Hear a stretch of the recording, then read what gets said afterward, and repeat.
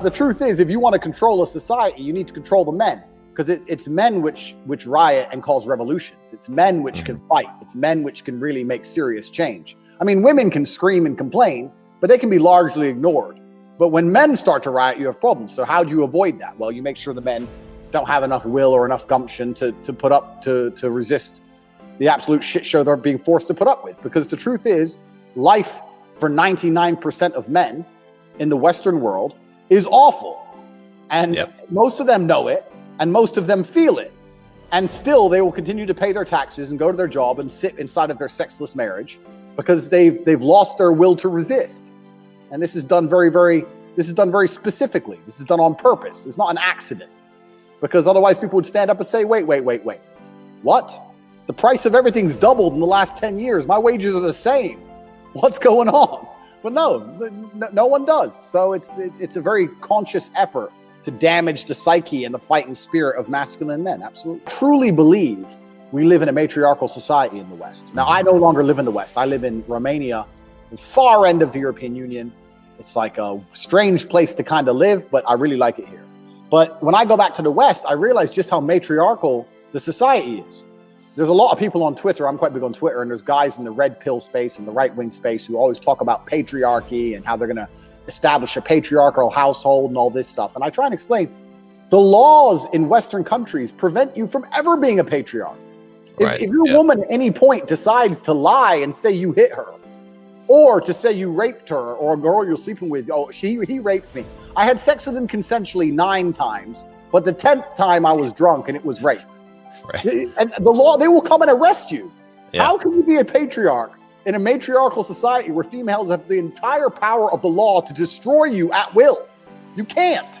So the truth is, the reason most men act the way they do is because they know that if push comes to shove, the entire force of the legal system will always side with the female. So why does the man come home after working a long 10, 11 hours in the coal mine, ask for a cup of coffee, his woman tell him to fuck off, continue to have no sex for 3-4 years, his kids don't respect him, he's semi-depressed, nearly suicidal, but he doesn't get a divorce? Well, we know why. Because what's the option? You're going to lose the house, you're going to lose the kids, you're going to be stuck paying for her bills and allowing her to go on endless dates. You're out the game because it's extremely difficult to find a mate nowadays unless you're a top-tier male. So what choice do you have? It's a matriarchal society. Females have all the power in the West. So like any society, if you're the class which is attacked or the class which is ostracized, which men are, you're going to lose your fighting spirit. You're just going to think, well, the best way to survive is just to be nice to everybody. I'm just nice.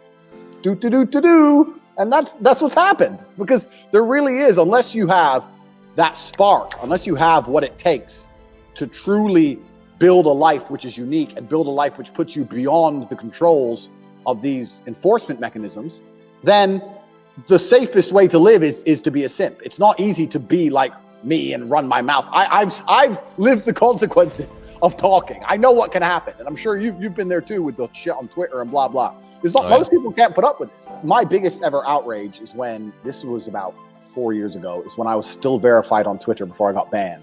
And I said depression wasn't real.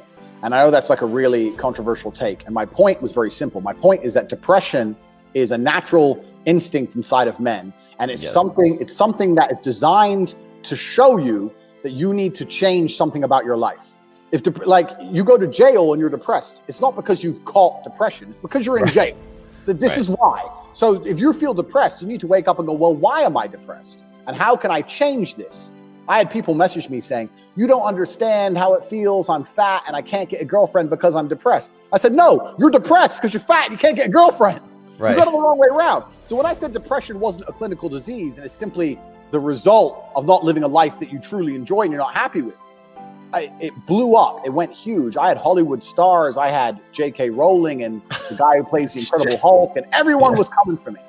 And when this was like the most controversial I got, and everyone was trying to cancel me. And at the time, I was doing television commentary for the cage fighting here in Romania. And when I went into work to commentate, the owner of the organization called RXF, which is like the Romanian UFC, he had a stack of emails like this Shit. Whereas people had Googled me, found my employment, and emailed him saying I'm a misogynist and I'm fucking encouraging suicide and all these crazy pages and pages. And he sat down there and goes, "What's this?" I was like, "Bro, in the West, this is what they do." And he was laughing out loud. He's Romanian. So he's reading emails going, "These people have no life. What are these people?" I was like, he goes, "What do they want me to do?" I was like, they're hoping you're going to fire me. The whole boardroom was laughing, and they threw the emails away, and we carried on with life because we're not in a society which is held ransom. I'm lucky to live in a society which is not held ransom by these people. But in America, if I had a normal job, it would have been it. You know, it's absolutely crazy now. So, and what happens when you take away a man's speech? If a man's not free to talk, what's a man free to do? That's the first way you demasculinize a man. You tell him to shut up. I say this to people. I'm depressed. I was like, well, life's depressing. You're getting older. You're going to die. You know, there's a whole bunch of people with a bunch more money than you. Welcome to the fucking real world. Life's depressing. Are you a bitch? You're going to cry about it? Or you're going to do something about it? Like, life is depressing. Who told us? Tell me where it says in the human handbook that we're supposed to be happy all of the time. Right, we're not supposed to be happy. We're supposed to survive. Now, if you're a man, you can survive even if you're miserable. I say this all the time. Give me depression. You wouldn't even notice. This is what pisses them off because they're like, "Oh, yeah, you wouldn't be able to function." I guarantee I can still drive my Lambo and fuck women. I guarantee you. Right. Try me.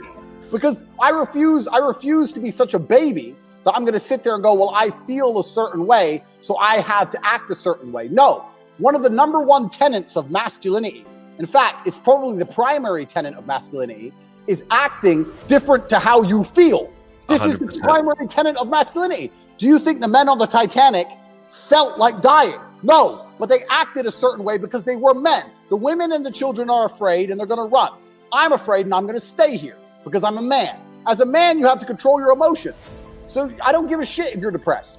There's no excuse to not be an adult and make sensible decisions based on discipline alone. I'm too depressed to train. No, you lack discipline.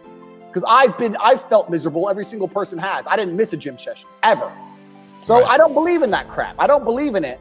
And I don't believe in it because I know that the true cure to fixing people is to tell them, here's the example I gave when this whole thing blew up. I said, if I moved into a house and I heard squeaks in the night and I don't believe in ghosts, I'm going to attribute it to the wind and go back to sleep. If I move into the same house and hear the same squeaks, but I'm a big believer in ghosts, I'm going to start being scared. I'm going to call an exorcist. I'm going to say it's a ghost. So my point is, the same situation gets worse based primarily on my beliefs. If you don't believe in depression, you can't be depressed. Right. All you can be is, okay, I feel a bit pissed off. Time to get up and go get it. Let's hit the gym, bang, hit the club. I'm going to make some things happen in my life. But if you do believe in depression, the second you feel sad, the first thing you do is sit down and go, this isn't my fault I feel this way. I have a disease and nothing's going to make me better. And you're going to get worse. So this is the whole point. This is what was amazing when I said depression wasn't real. I said, if all you, because I was getting attacked by, all the Avatar Anon characters. I'm depressed. You don't understand. My friend killed himself, blah, blah, blah. I was like, listen, if depression is really so horrible, why are you all defending it so fervently? So it's real. It's real. It's so powerful. It's real. Why are you defending this horrible thing? Why don't you sit there and go, you know what? You're right, Andrew. Fuck depression. But they want to defend it because it's an identity. It's something that allows them to feign individuality. It's something that allows them to, it's an excuse. It's a ready-made excuse for all of life's failures. I'm a loser, but it's not my fault. But depression. That's all it is. It's a fucking coping mechanism. I don't believe it. I do not believe in depression. I believe if you really feel terrible and someone were to come along and give you $10 million, you'd probably feel a bit better. Also, just to quickly touch on this, because every time I say this, people come at me and think they're smart. And they say, well, what about Robin Williams? He was famous. He killed himself, blah, blah, blah. And I say, yeah. And I'll tell you why he killed himself. He killed himself because of people like you who are telling him depression is real, not people like me. Right. When Robin Williams was in therapy for 10 years. If he would have walked into his first therapy session and his therapist said, look, Robin, you're a millionaire, you're famous, you can fuck any woman alive. You coming here is insulting to people with PTSD and genuine conditions, which I believe is different. If you've been through some real shit in a war, fine, you could be depressed. If you're just Joe Schmo and nothing's happened to you, you have no reason to be depressed. I'd say, look, Robin, you've got a fantastic life. You coming here is insulting to people with real issues. Grow up and get the fuck out my office.